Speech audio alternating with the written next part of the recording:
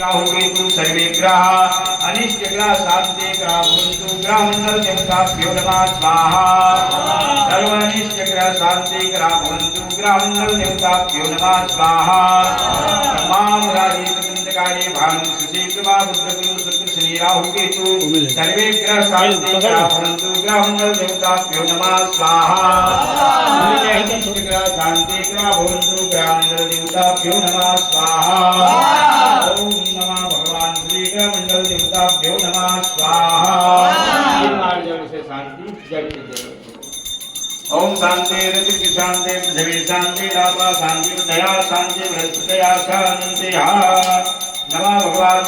पंचपाल देवता दशदिक्पाल देवताभ्यो नमः इंद्राय नमः स्वाहा इदं इंद्राय नमः स्वाहा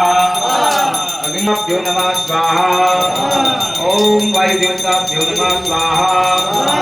ओम नमः राजराजाय कुबेर राजाय नमः स्वाहा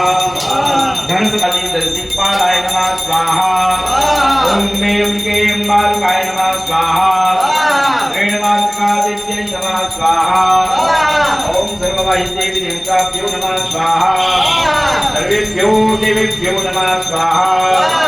सर्वेभ्यो ब्राह्मणोभ्यो नमः स्वाहा ओम ग्राम देवताभ्यो नमः स्वाहा इदं